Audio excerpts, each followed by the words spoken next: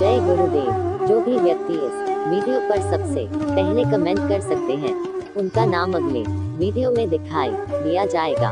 Comment में अपना नाम लिखें। मैं कौन हूँ? एक था भिखारी। रेल सफर में भीख मांगने के दौरान एक सूट बूट पहने सेठ जी उसे दिखे।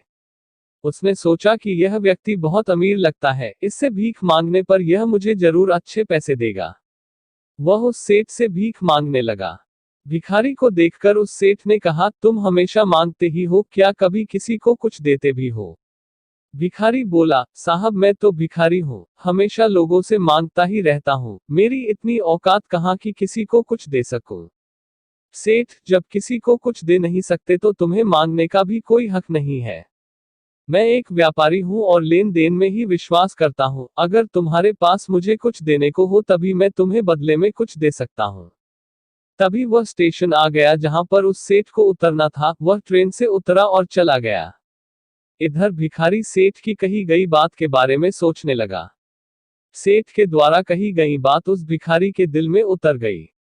वह सोचने लगा कि शायद मुझे भीख में अधिक पैसा इसीलिए नहीं मिलता क्योंकि मैं उसके बदले में किसी को कुछ दे नहीं पाता हूँ।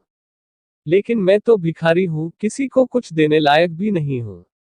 लेकिन कब तक मैं लोगों को बिना कुछ दिए केवल मांगता ही रहूंगा? बहुत सोचने के बाद भिखारी ने निर्णय किया कि जो भी व्यक्ति उसे भीख देगा तो उसके बदले में वह भी उस व्यक्ति को कुछ जरूर देगा।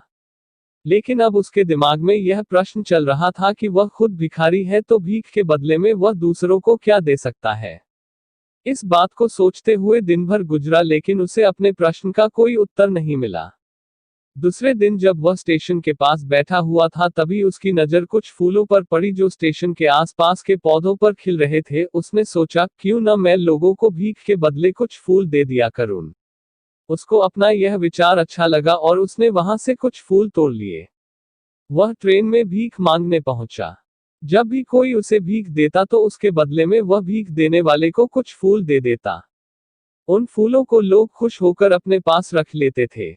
अब भिखारी रोज फूल तोड़ता और भीख के बदले में उन फूलों को लोगों में बांट देता था। कुछ ही दिनों में उसने महसूस किया कि अब उसे बहुत अधिक लोग भीख देने लगे हैं। वह स्टेशन के पास के सभी फूलों को तोड़ लाता था। जब तक उसके पास फूल रहते थे तब तक उसे बहुत से लोग भीख देते थे। लेकिन जब फूल बांटते बांटते खत्म हो जाते तो उसे भीख भी नहीं मिलती थी। अब रोज ऐसा ही चलता रहा। एक दिन जब वह भीख मांग रहा था तो उसने देखा कि वही सेठ ट्रेन में बैठे हैं जिसकी वजह से उसे भीख के बदले फूल देने की प्रेरणा मिली थी। वह तुरंत उस व्यक्ति के पास पहुंच गया और भीख मांगते हुए बोला, आज मेरे पास आपको देने के लिए कुछ फूल है, आप मुझे भीख दीजिए, बदले में मैं आपको कुछ फूल दूंगा। सेठ ने उसे भीख के रूप में कुछ पैसे दे दिए और भिखारी ने कुछ फूल उसे दे दिए। उस सेठ को यह बात बहुत पसंद आई। सेठ, वाह क्या बात है, आज तुम भी मेरी तरह एक व्यापारी बन गए हो। इतना कहकर फूल लेकर वह सेठ स्टेशन पर उतर गया। लेकिन उस सेठ द्वारा कही गई बात एक बार फिर से उस भिखारी के दिल में उतर गई।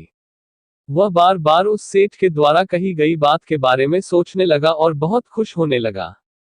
उसकी आंखें अब चमकने लगी। उसे लगने लगा कि अब उसके हाथ सफलता की वह चाबी लग गई है जिसके द्वारा वह अपने जीवन को बदल सकता है। वह तुरंत ट्रेन से नीचे उतरा और उत्साहित होकर बहुत तेज आवाज में ऊपर आसमान की ओर देखकर बोला, मैं भिखारी नहीं हूँ, मैं तो एक व्यापारी हूँ। मैं भी उस सेठ जैसा बन सकता हूँ। मैं भी अमीर बन सकता हूँ।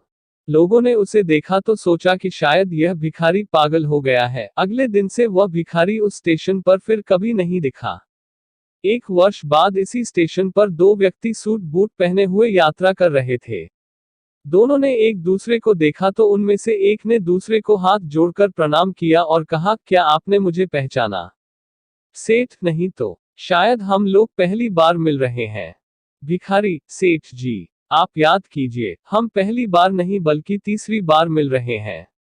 सेठ, मुझे याद नहीं आ रहा, वैसे हम पहले दो बार कब मिले थे? अब पहला व्यक्ति मुस्कुराया और बोला, हम पहले भी दो बार इसी ट्रेन में मिले थे। मैं वही भिखारी हूँ जिसको आपने पहली मुलाकात में बताया कि मुझे जीवन में क्या करना चाहिए और दूसरी मुलाकात में बताया कि मैं वास्तव में कौन हूँ।